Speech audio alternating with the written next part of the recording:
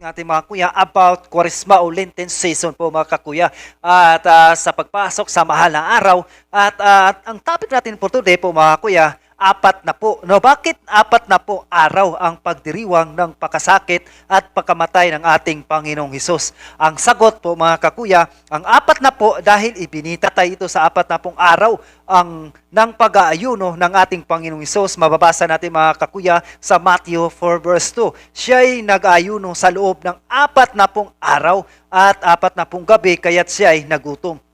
Bakit kayo mga Kristiyano mayroong prosesyon? Tanong, bakit nagprosesyon tuwing ipagdiwang ang Kwaresma? Magprosesyon ang tunay na iglesia ni Kristo, Katoliko, tuwing ipagdiwang ang Kwaresma dahil binigyan nila ng buhay ang kanilang pagkunita sa pagpakasakit at pagkamatay ng Panginoong Hesus na pasan ang krus patungo sa Kalbaryo. Ang salitang prosesyon ay galing sa wikang Latin na salitang prosesyo, na ibig sabihin ay marching, tinatawag na forward o pagmamartsa pasulong.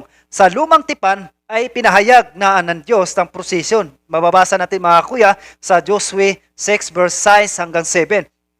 Kaya tinawag ni Josue ang mga pari ng Israel at sinabi sa kanila, dalhin ninyo ang kaban ng tipan ni Yahweh, mauna ang 7 paring may dalang mga trumpita. At sinabi naman niya sa mga taong bayan, lumakad na kayo, gumilid kayo sa lungsod, at paunahin ninyo ang kaban ng tipan ni Yahweh, ang may mga sandatang lalaki. So, biblical pala mga kuya, sa Old Testament pala, may prosesyon na, no, mga kakuya. Sa ikatlong araw, tanong, bakit sinabing nabuhay muli ang Panginoong Hesus sa ikatlong araw, na siya ay Biyernes ng ikatlo ng hapon namatay at muling nabuhay linggo ng umaga? Kung bibilangin natin ang mga oras ay hindi aabot ng 72 oras. Ang sagot, hindi literal na 72 na oras ang sinabi ng Panginoong Hesus na 3 araw at 3 gabi. Mababasa natin mga kuya sa Matthew 12 verse 40. Kung paanong si Jonas ay 3 araw at 3 gabing nasa tiyan ng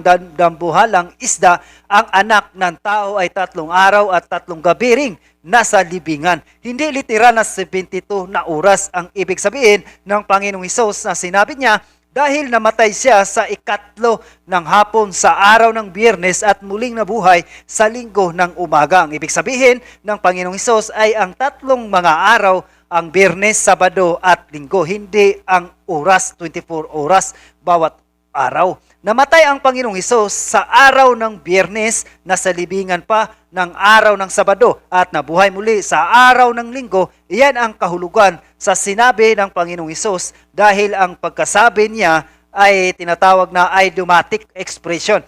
Ang idiomatic expression ay isang klase o figura na pananalita. Ito'y tinatawag na figure of speech po mga kakuya, no, na may kahulugan na iba sa kahulugan sa sinasabing salita. Ang idiomatic expression are the type of informal English that have a meaning different from the meaning of the words in the expression. So therefore po mga kuya, napaka-biblical po. Bakit nga ba nag-procession tayo? Bakit 40 days may ipinagdiwang ang ating Kwaresma po mga kuya? So ang 40 days, pinabatay ito sa pag-aayuno ni Kristo, no, mga kakuya. 40 nights and 40 days po mga kakuya. Kaya nagprosesyon dahil biblical, kaya nagprosesyon para maalala natin, para piling na piling talaga natin mga kakuya, ang mga Kristiyano, talaga pil na pil natin na talagang tunay, no, pinagdiwang natin po mga kuya. Kasi kung hindi natin haluan ng proseso po mga kuya, para bang wala lang sa atin, walang saysay. Kailangan talaga mayroong aktual na gagawin talaga mga kakuya. So ang prosesyon ay biblical naman yan, no, mga kakuya, no? Kaya nga sa mga anti-Catholics, ang prosesyon, bakit daw may prosesyon? Kasi sila ay tamad. Tayo mga Kristiyano, nagsumikap tayo na makasunod sa kalooban ng Diyos po mga kakuya. Hayaan natin sila, ipag-pray na natin sila kung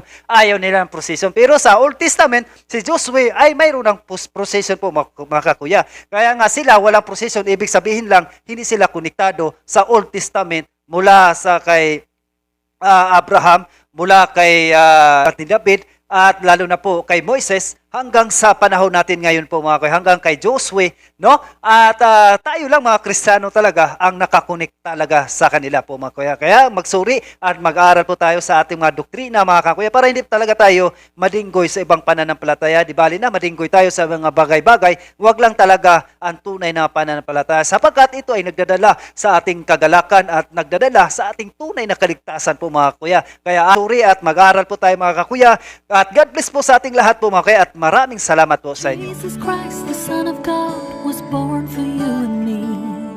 He came to bring the good news, from sin to set us free. The blind, the deaf, the lame, the poor, His power meant to see. He gave His life upon the cross, eternal life the key.